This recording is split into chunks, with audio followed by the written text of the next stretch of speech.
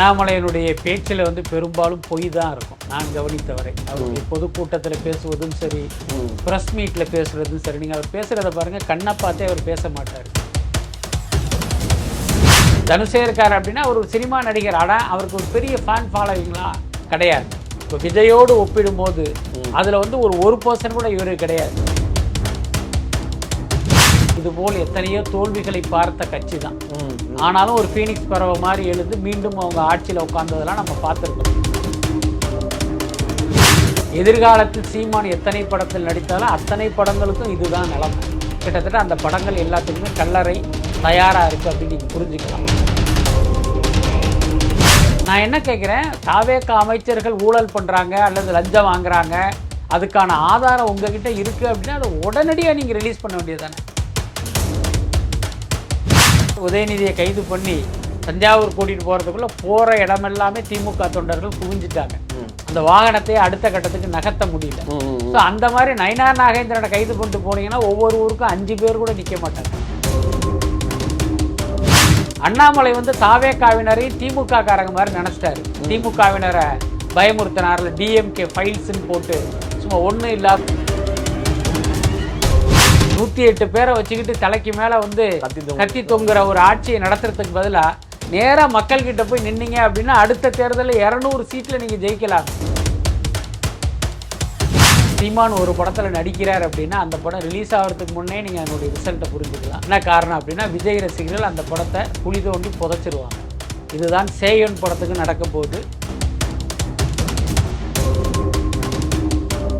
அண்ணாமலை அவர்கள் இப்போ ஒரு முந்தானத்தை நினைக்கிறேன், முந்தானத்தை ஒரு சின்ன ஒரு கட்சி சார்பாக மீட்டிங் நடக்குது, இயக்கம் சார்பாக மீட்டிங்கு.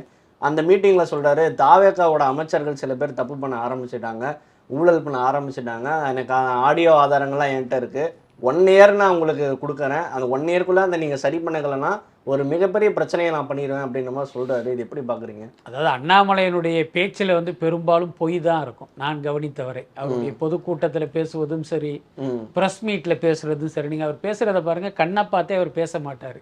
அப்படி இப்படி அலைபாயும். என்னன்னா நீங்கள் உங்களிடம் உண்மை இருக்கும்போது தான் நீங்கள் எதிராளியுடைய கண்ணை பார்த்தே பேசுவீங்க. அண்ணாமலையுடைய பாடி லாங்குவேஜில் உள்ள ஒரு பெரிய சிக்கலை இதுதான். என்ன காரணம்னா அவர் பேசுவதில் பல விஷயங்கள் பார்த்தீங்கன்னா போகிற போக்கில் வாய்க்கு வந்ததை அடித்து விட்டுருவார். எதிராளி கேள்வி கேட்டால் கண்டிப்பாக அவர் திணறிடுவார். ஆனால் அந்த கேள்வியை கேட்க முடியாத அளவுக்கு, அந்த சந்தர்ப்பம் கொடுக்காத அளவுக்கு அவர் பேசிட்டு போவார். அதுக்கப்புறம் இன்றைக்கி சொல்கிறாரு தாவேக அமைச்சர்கள் மீது நிறைய பிரச்சனை இருக்குது, அது அவங்க தப்பு பண்ணுறாங்க, அந்த ஆடியோ ஆதாரம் இருக்குங்கிறாரு. நான் என்ன கேட்குறேன், தாவேக அமைச்சர்கள் ஊழல் பண்ணுறாங்க அல்லது லஞ்சம் வாங்குறாங்க, அதுக்கான ஆதாரம் உங்ககிட்ட இருக்குது அப்படின்னா அதை உடனடியாக நீங்கள் ரிலீஸ் பண்ண வேண்டியது தானே. அதை விட என்ன வேலை உங்களுக்கு? அதாவது விஜய் என்ன நினச்சிக்கிட்டு இருக்காரு, நமக்கு கீழே இருக்கிற அமைச்சர்களும் எம்எல்ஏக்களும் யோக்கியவான்கள், அவர்கள் தப்பு பண்ண மாட்டாங்கன்னு அவர் நினச்சிக்கிட்டு இருக்காரு. அதற்கு மாறாக உங்ககிட்ட ஒரு ஆதாரம் இருக்கும்போது அதை நீங்கள் வெடித்து வெளியில் விடுங்க. அப்போ தானே முதலமைச்சர் விஜய்க்கு தெரியும், அவங்க மீது நடவடிக்கை எடுப்பாங்க. அப்படி இல்லைன்னா நீங்களே சட்டப்படி அவங்க மீது ஒரு புகார் கொடுங்க அல்லது நீதிமன்றத்தில் வழக்கு தொடுங்க.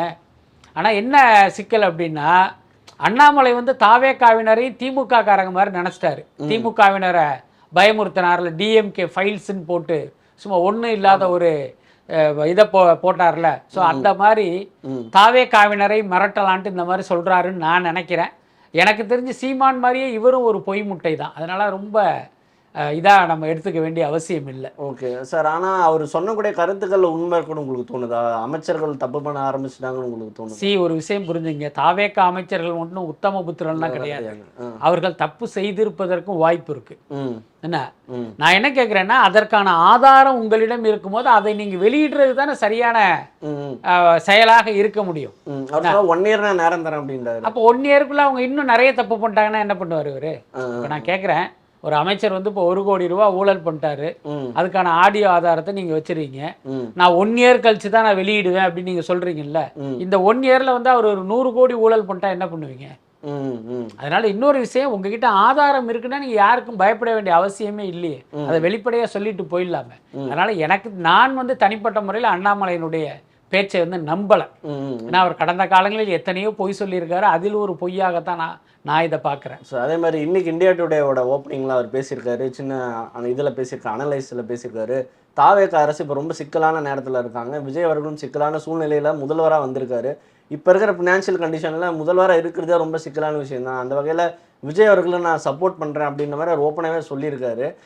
அதனாலேயே எனக்கு அவர் மேலே நான் அவரை சப்போர்ட் பண்ணுறேன் பேசியிருக்காரு. ஒரு பக்கம் அப்படி, ஒரு பக்கம் இப்படி. எப்படி பார்க்குறீங்க சார்? அதான் அந்த பேச்சை நீங்கள் ரெண்டாக பிரிக்கணும். விஜய் மீது இவருக்கு ஒரு நல்ல அபிப்பிராயம் இருக்குது. அதே நேரம் விஜய் அமைச்சரவையில் இருப்பவர்கள் மீது இவருக்கு நம்பிக்கை இல்லை. அப்படிதான் அதை பார்க்க வேண்டியதாக இருக்கு. எல்லாத்துக்கும் மேலே இப்போ அண்ணாமலை சொல்லித்தான் விஜய் வந்து தாவேக அரசு சிக்கல்ல இருக்குங்கிறது தெரியணும்னு அவசியம் இல்லை. உங்களுக்கும் தெரியும், நமக்கும் தெரியும். அந்த கட்சி ஆட்சிக்கு வரும்போதே இவ்வளவு கடன் இருக்கு. இப்போ வந்ததுக்கு அப்புறம் 20,000 கோடி கடன் வாங்கியிருக்காங்கிறது எல்லாருக்கும் தெரியும். அது அண்ணாமலைக்கும் தெரிஞ்சிருக்கு. அதை அவர் சொல்றாரு. அப்படிதான் எடுத்துக்கணும். மற்றபடி இது ஒன்றும் அண்ணாமலை கண்டுபிடித்த உண்மையெல்லாம் இல்லை. அதே மாதிரி அவர் கொஞ்சம் சாப்பிட்டா இருக்கீங்களோன்னு ஆங்கர் கேட்குறாங்க. அவரும் ஆமா நான் கொஞ்சம் சாப்பிட்டா தான் இருக்கேன் விஜய் மேலே அப்படின்றாரு. இந்த இந்த அந்த அனுதாபம் எப்படி பார்க்கறது? ஏன்னா 31 ஆட்சி அப்படிங்கன்னு அவரு பார்க்குறாரு. அவர் சொல்றாரு நம்ம வரும்போது ஊழல் இருக்காது அப்படின்றாரு அவரு. ஸோ இதை எப்படி பார்க்கறது சார்? இல்லை, நம்ம வரும்போது ஊழல் இருக்காது, அப்புறம் நான் ஆட்சிக்கு வந்தேன்னா அப்படின்ட்டு சீமான் நிறைய சொல்லுவார். நெய்தல் படை அப்படி இப்படின்னா இது எல்லாமே ஒரு கேட்டகரி தான். எல்லாருக்கும் கனவு காணும் உரிமை இருக்கு. இவங்க கொஞ்சம் ஜாஸ்தி கனவு காண்றாங்க அப்படின்ட்டு அதை எடுத்துக்க வேண்டியதா இருக்கு. இன்னும் 100 ஆண்டு ஆனாலும் சீமானோ அண்ணாமலையோ தமிழ்நாட்டில் வந்து ஆட்சியை பிடிக்க முடியாது. இதுதான் உண்மை, இதுதான் யதார்த்தம். என்ன காரணம், இவங்களை வந்து நம்ம குறைச்சி மதிப்பிடலை. இவர்களுக்கு இருக்கிற அந்த தொண்டர் பலத்தை வைத்து நம்ம கணிக்கிறோம். புரியுதா இல்லை? இப்போ சீமான் பாருங்க, கடைசியாக நடந்த தேர்தலில் கிட்டத்தட்ட ஒரு 19.5 லட்சம் வாக்குகள் வாங்கியிருக்காரு. அண்ணாமலை வந்து இப்போ ஒரு வீத லீடரா அப்படின்னு ஒன்று ஆரம்பிச்சாரு. அதில் பார்த்தீங்கன்னா கிட்டத்தட்ட ஒரு 20 லட்சம் பேர் சேர்ந்துருக்காங்க. அப்போ பார்த்தீங்கன்னா இந்த 2 பேரும் கிட்டத்தட்ட ஒரே மாதிரியான தலைவர்கள் தான். ஸோ இவ்வளவு தான் இவங்களுக்கு கிடைத்திருக்கிற ஒரு அதிகபட்ச ஆதரவு.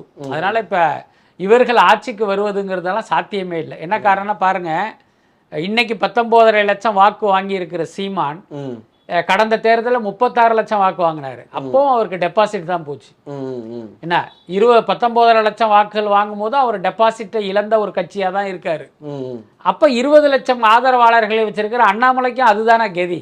அப்படி இருக்கும்போது இவர் எப்படி வந்து ஆட்சிக்கு வர முடியும்? அதனால நாங்கள் ஆட்சிக்கு வருவோம், நாங்கள் வந்தால் கிழிச்சிருவோம் அப்படிங்கிறதெல்லாம் அவங்களுடைய கனவு தான். சார் இப்போ 2031 ஆட்டம் எப்படி இருக்கும்னு நினைக்கிறீங்க? ஏன்னா தனுஷ் வராரு, அண்ணாமலை ஒரு முக்கிய போட்டியாளராக இருப்பார். அந்த பக்கம் அதிமுக, திமுக, பாஜக. ஸோ விஜய் அவர்கள் இருக்காரு. விஜய் அவர்கள் 35% வாக்குகள் ஆல்ரெடி வாங்கிட்டாரு. ஸோ 2034 ஆட்டம் எப்படி இருக்குன்னு நினைக்கிறீங்க? அதாவது 2031 தேர்தலை பொறுத்த வரைக்கும் தாவேகா வெர்சஸ் திமுக தான். அதில் எந்த மாற்றமும் இல்லை. ஏன்னா திமுகவுக்கு வந்து ஒரு ஸ்ட்ராங்கான கட்டமைப்பு இருக்கு. அதை நம்ம மறுக்க முடியாது. ஒரு தேர்தலில் தோத்துட்டாங்கிறதுனால திமுக வந்து நம்ம ரொம்ப குறைச்சலாம் மதிப்பிட முடியாது. இன்னும் சொல்ல போனால் இதுபோல் எத்தனையோ தோல்விகளை பார்த்த கட்சி தான். ஆனாலும் ஒரு ஃபீனிக்ஸ் பறவை மாதிரி எழுந்து மீண்டும் அவங்க ஆட்சியில் உட்கார்ந்ததெல்லாம் நம்ம பார்த்துருக்கோம். அதனால எதிர்காலத்தில் தமிழ்நாட்டு அரசியல் இன்னும் ஒரு குறைந்தபட்சம் ஒரு 25 ஆண்டுகளுக்குங்கிறது தாவேகா வெர்சஸ் திமுகவாக தான் இருக்கும். அதிமுக அப்படிங்கிறது ஆல்ரெடி ஒரு 3வது இடத்துல தான் இருக்கு. எதிர்காலத்திலும் கிட்டத்தட்ட அந்த 3வது இடத்தை தக்க வைத்துக் கொள்வதில் தான் அதிமுகவுக்கு வந்து ஒரு போட்டியாக இருக்கும். இந்த இடத்த எப்படி தக்க வச்சுக்கிறது? ஏன்னா நாளுக்கு நாள் ஆட்கள் அந்த கட்சியை விட்டு போயிட்டே இருக்காங்க. அப்போ அந்த 3வது இடத்தை தக்க வைத்துக் கொள்வதே அதிமுகவுக்கு ஒரு பெரிய டாஸ்காக மாறிடும். மற்றபடி இந்த நாம் தமிழர் கட்சி மற்ற கட்சிகள் எல்லாமே லெட்டர்பேர்டு கட்சிகள் தான். இப்போ சமீபத்தில் கூட இந்த புதிய தமிழகம் கிருஷ்ணசாமி, இந்த வேல்முருகன், சீமான் இவங்கெல்லாம் சேர்ந்து ஏதோ ஒரு கூட்டணிங்கிறாங்க. அது வந்து ஒரு லெட்டர்பேர்டு கட்சிகளுடைய கூட்டணி தான். இப்போ அதில் வேணா இந்த அண்ணாமலையும் தனுஷ் எல்லாம் சேருவதற்கு வாய்ப்பு இருக்க தவிர அந்த 31 வந்து ஒரு வெற்றியை தீர்மானிக்கிற பிளேயரா அல்லது ஒரு வெற்றி அடைகிற பிளேயரா இவங்க யாருமே இருக்க மாட்டாங்க. இப்போ தனுஷே இருக்காரு அப்படின்னா ஒரு சினிமா நடிகர். ஆனால் அவருக்கு ஒரு பெரிய ஃபேன் ஃபாலோவிங்லாம் கிடையாது. இப்போ விஜயோடு ஒப்பிடும்போது அதில் வந்து ஒரு பர்சன் கூட இவர் கிடையாது. அப்படி இருக்கும்போது இவர் எப்படி அரசியலுக்கு வந்து விஜயனுடைய ஆட்சியை அசைத்து பார்க்குற சக்தியாக எப்படி வர முடியும்?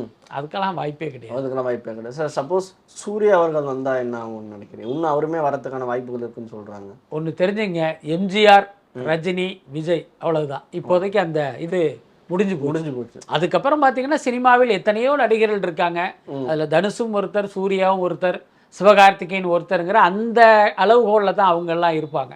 அவங்கெல்லாம் அரசியலுக்கு வந்து அந்த இளைஞர்கள்லாம் திரண்டு அவங்க பின்னால போயிடுவாங்க அப்படின்லாம் நம்ம எடுத்துக்க வேண்டியதில்லை.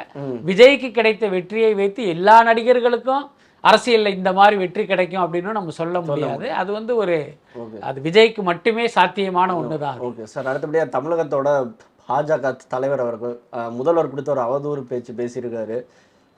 இது அவதூறை எப்படி பார்க்குறீங்க? இது அவரை பற்றி இல்லை, அவரோட ஃபேமிலியை பற்றி ஒன்று சொல்லியிருக்காரு. இது எப்படி பார்க்குறீங்க? அது ரொம்ப ஒரு அருவருப்பான கமெண்ட். அதெல்லாம் பார்க்கும்போது உண்மையிலே வந்து ஒரு வருத்தம் மட்டும் இல்லை, ஒரு கோபமே நமக்கு வந்தது. அதுதான் உண்மையான விஷயம். பட் நமக்கு என்னன்னா, உதயநிதி ஸ்டாலின் வந்து ஒரு கருத்து சொல்கிறாரு.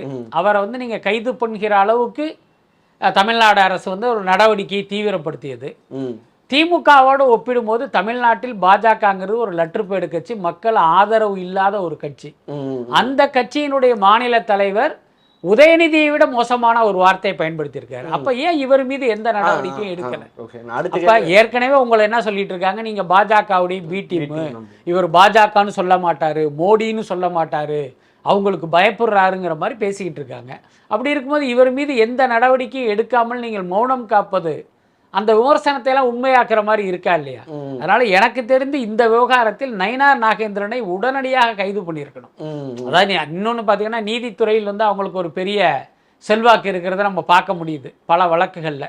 அந்த மாதிரி நீங்கள் வந்து அவரை கைது பண்ணி ரிமாண்ட் பண்ணும்போது நீதிபதி வந்து இல்லை இதுக்கெல்லாம் நாங்கள் கைது பண்ண மாட்டோம், ரிமாண்ட் பண்ண மாட்டேன் அப்படின்னு சொன்னால் அப்போ சொல்லிட்டு போட்டோம். ஆனால் நீங்கள் ஒரு அட்டெம்ப்டை கூட பண்ணாமல் இருக்கிறத வந்து எப்படி ஏற்க முடியும்? ஒருவேளை இவங்க என்ன நினச்சிருப்பாங்க, இப்படி தான் உதயநிதியை நம்ம அரெஸ்ட் பண்ணோம், உடனே கோர்ட்டில் போய் அவருக்கு சாதகமான ஒரு இதை வாங்கிட்டாங்க. ஸோ அந்த மாதிரி ஒன்று இவர் விஷயத்திலும் நடந்தால் அது நம்ம அரசுக்கு கெட்ட பேருன்னு அவங்க நினச்சிருக்கலாம். பட் அதை வந்து ஒரு நியாயமான காரணமாக எனக்கு தெரியும். சார் அடுத்த கேள்வி அதுதான் சார். ஏன்னா உதயநிதியே அரெஸ்ட் பண்ணிட்டாங்க, திமுகவோட முக்கிய பிரமுகர் அவர், முக்கிய முகம் அவர், அவரையே அரெஸ்ட், எதிர்கட்சி தலைவர் அவர், தமிழ்நாட்டோட எதிர்கட்சி தலைவர், அவரையே போயிட்டு காலங்காத்தால் அரெஸ்ட் பண்ணி கூட்டிட்டு வேற ஒரு மாவட்டத்தில் இருக்கிற போலீஸ் ஸ்டேஷனுக்கே கூப்பிட்டு போறாங்கன்றப்ப தமிழகத்தோட பாஜகவோட தலைவர் அவர் அரெஸ்ட் பண்ணல என்ன தயக்கம்? ஒண்ணுமே ஆயிருக்காது. அவர் அரெஸ்ட் பண்றதுல எந்த பாதிப்பும் எந்த தாக்கமுமே இருக்காது. இப்போ நீங்களே சொன்ன மாதிரி உதயநிதியை கைது பண்ணி தஞ்சாவூர் கூட்டிட்டு போறதுக்குள்ள போற இடமெல்லாமே திமுக தொண்டர்கள் குவிஞ்சிட்டாங்க. அந்த வாகனத்தை அடுத்த கட்டத்துக்கு நகர்த்த முடியல. ஸோ அந்த மாதிரி நயினார் நாகேந்திரனை கைது பண்ணிட்டு போனீங்கன்னா ஒவ்வொரு ஊருக்கும் 5 பேர் கூட நிக்க மாட்டாங்க. அதுதான் உண்மை. நான் பாஜகவை பொறுத்த வரைக்கும் மக்கள் ஆதரவு இல்லாத ஒரு கட்சி மத்தியில் ஆளுது. அதனால பார்த்தீங்கன்னா இங்கே கொஞ்சம் சில பேர் இந்த கட்சியை வச்சு சம்பாதிக்கலான்னு இருக்காங்களே தவிர மக்கள் ஆதரவு அந்த கட்சிக்கு கிடையாது. எல்லாத்துக்கும் மேலே இவர் என்ன பேசினார் அப்படிங்கிறது மக்களுக்கு தெரியும். அதனால யாருமே பார்த்தீங்கன்னா இவரை ஏன் கைது பண்ணீங்க அப்படின்லாம் கேட்க மாட்டாங்க. அப்படியெல்லாம் இருந்தும் ஏன் இவர்கள் இது குறித்து நடவடிக்கை எடுக்காம இருக்காங்கன்னு தெரியல. எல்லாத்துக்கும் மேல நயினார் நாகேந்திரனை வந்து கைது பண்ணுவதன் மூலமாக ஒன்றிய பாஜக அரசு தாவேக அரசை கலைப்பதாகவே வச்சுக்குவோம். இந்த ஆட்சியை கலைக்கிறாங்க அப்படின்னா அதுவும் நல்லது தானே. 108 பேரை வச்சுக்கிட்டு தலைக்கு மேல வந்து கத்தி தொங்குற ஒரு ஆட்சியை நடத்துறதுக்கு பதிலா நேரா மக்கள் கிட்ட போய் நின்னீங்க அப்படின்னா அடுத்த தேர்தலில் 200 சீட்ல நீங்க ஜெயிக்கலாமே. இதை நீங்க ஒரு நல்வாய்ப்பா கூட பயன்படுத்திக்கலாமே. அதனால இந்த விஷயத்துல வந்து தாவேகாவுடைய செயல்பாடுகள் வந்து எனக்கு வந்து ஒரு பெரிய அதிருப்தி தான். ஏன்னா மக்களுக்கு தோணும்ல சார், மக்களை விடுங்க, மீடியா நமக்கே தோண வாய்ப்பு இருக்கு. ஏன் இவங்க சைடு கொஞ்சம் சாஃப்டா ஹேண்டில் பண்றாருன்னு ஒரு அச்சம் வருது இல்லைங்களா? அது ஆமா, அதுதான் இந்த கேள்வி மக்கள் கிட்ட பரவும் போது அது வந்து தாவேகாவுக்கு வந்து ஒரு பெரிய பின்னடைவை ஏற்படுத்தும். ஏன்னா இன்னைக்கும் சிறுபான்மை மக்கள் மத்தியில தாவேகா விஜய் வந்து பாஜகவுடைய பி டீம்ங்கிற மாதிரியான ஒரு கருத்து இருக்கு. இப்போ நீங்க உதாரணத்துக்கு பாருங்க, தாவேகா 108 இடத்துல ஜெயிச்சிருக்கு. தமிழகம் தழுவி பல மாவட்டங்களில் ஜெயிச்சிருக்காங்க. ஆனால் டெல்டா மாவட்டங்களில் தாவேகா ஒரு இடத்துல கூட ஜெயிக்கல. ஆமாம், 8 மாவட்டங்கள் ஒரு இடங்கள் கூட ஜெயிக்கல. ஏன் ஜெயிக்கல? நான் முக்கியமாக டெல்டாவை எடுத்துக்கிட்டிங்கன்னா அங்கே இஸ்லாமியர்கள் பல தொகுதியில் அடர்த்தியா இருக்காங்க. அந்த தொகுதி எல்லா இடத்திலுமே தாவேகாவுக்கு தோல்வி. ஏன் தோல்வி? தாவேகா பாஜகவுடைய பி டீம்ங்கிற ஒரு கருத்து அவர்களிடம் பரவலாக பரவிடுச்சு. அது ரொம்ப அழுத்தமாக பதிந்து விட்டது. அதுதான் காரணம். ஸோ அப்படி இருக்கும்போது நீங்கள் வந்து இந்த நயினார் நாகேந்திர விவகாரத்தில் நீங்கள் ரொம்ப அமைதியாக வேடிக்கை பார்த்துக்கிட்டு இருந்தீங்கன்னா அப்போ அந்த கருத்து வலுப்பெறும்ல. அதை வந்து இவங்க ஏன் யோசிக்காமல் போயிட்டாங்கன்னு தெரியல. ஓகே சார், 100 days ஆஃப் தாவேகா ஆட்சி எப்படி பார்க்குறீங்க? என்ன நல்லது என்ன கெட்டது பார்க்குறீங்க? இல்லை, தாவேகாவை பொறுத்த வரைக்கும் இந்த லஞ்ச ஊழல்ங்கிறது பெருமளவில் குறைஞ்சிருக்கு. முக்கியமாக லஞ்சம்ங்கிறது ஓரளவுக்கு கட்டுப்படுத்தப்பட்டிருக்கு. பட் அதே நேரம் 100% லஞ்ச ஊழல் இல்லாத ஆட்சியா அப்படின்னா அதுக்கு சாத்தியம் இல்லை. அப்படி இங்கே இல்லை. சார் அது முடியும்னு நினைக்கிறீங்களா? இல்லை, அது ரொம்ப அதெல்லாம் வாய்ப்பு இல்லை. ஏன்னா இது வந்து ஒரு புற்றுநோய் மாதிரி ஒரு புறையோடி போன ஒரு விஷயம். அவ்வளவு சீக்கிரம்லாம் அதை வந்து மாற்றுவதுங்கிறது சாத்தியம் இல்லை. ஆனால் இங்கே என்ன சூழல் இருந்தது அப்படின்னா, ஒரு அலுவலகத்தில் ஒரு கிளர்க்காக இருக்கார் அப்படின்னா அவர் அடுத்த கட்டத்துக்கு ப்ரொமோஷனுக்கு போகணும் அப்படின்னா அதுக்கு ஒரு பணம், ஒரு டிரான்ஸ்ஃபர் வேணும்னா அதுக்கு ஒரு பணம், ஒரு போஸ்டிங் வேணும்னா அதுக்கு ஒரு தொகைங்கிறது தான் இங்கே இருந்த நிலவரம். அதையெல்லாமே உடைச்சிட்டு ஒரு பைசா இல்லாமல் வேலை வாய்ப்பு, ஒரு பைசா இல்லாமல் பணியிட மாறுதல், இதெல்லாம் வந்து ஒரு மிகப்பெரிய விஷயம். அதை சாத்தியமாக்கியது விஜய் தான். அதனால இந்த 100 நாட்கள் ஆட்சியில் வந்து நம்ம ரொம்ப சிலாகித்து சொல்லணும் அப்படின்னா இந்த விஷயத்தை தான் சொல்லணும். மற்றபடி நிறைய நலத்திட்டங்களை அவங்க அறிவிக்கிறாங்க.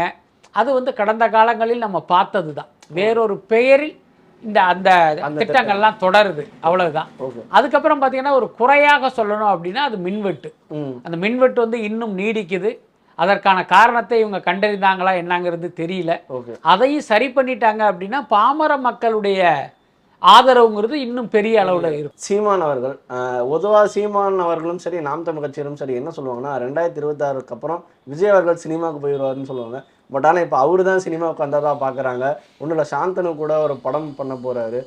அவர் ஆக்டிங் ஆரம்பித்ததா நிறைய பேர் சொல்கிறாங்க. இனிமேல் ப்ராஜெக்ட்ஸ்லாம் பண்ணுவார்ன்ற மாதிரி தான் தகவல் போயிட்டுருக்கு. சமூக வலைதளங்களில் பேசுகிறாங்க. எப்படி பார்க்குறீங்க சாந்தனு கூட ஒரு படம்? ஆமாம், அதாவது சீமான் ஒரு படத்தில் நடிக்கிறார் அப்படின்னா அந்த படம் ரிலீஸ் ஆகிறதுக்கு முன்னே நீங்கள் அதனுடைய ரிசல்ட்டை புரிஞ்சுக்கலாம். அந்த படம் வெற்றி அடையாது. என்ன காரணம் அப்படின்னா விஜய் ரசிகர்கள் அந்த படத்தை குழி தோண்டி புதைச்சிருவாங்க. இதுதான் சேயன் படத்துக்கு நடக்க போகுது. சமீபத்தில் தொடங்கப்பட்ட அந்த ஒரு கைதியின் டைரி படத்துக்கு நடக்க போகுது.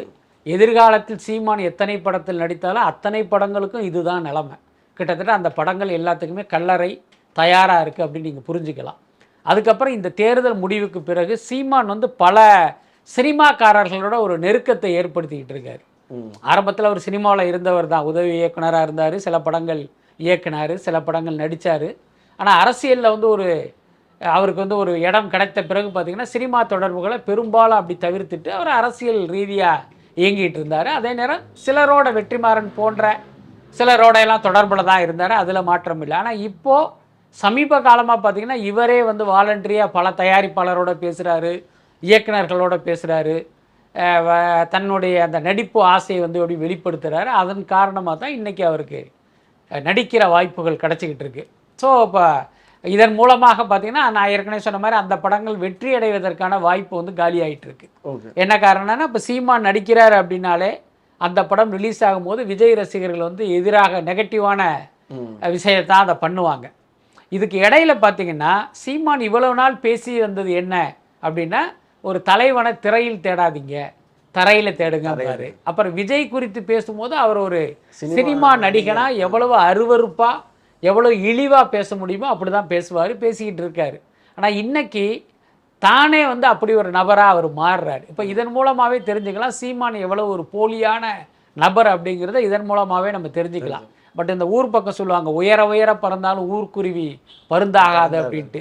சீமான் வந்து 1000 படத்தில் நடித்தாலும் விஜய் ஆகிட முடியாது. அதை மட்டும் அவர் ஞாபகத்தில் வச்சுக்கணும். ஓகே சார், இவ்வளோ நேரம் இன்டர்வியூ நல்லா இருந்துச்சு. நன்றி சார். நன்றி.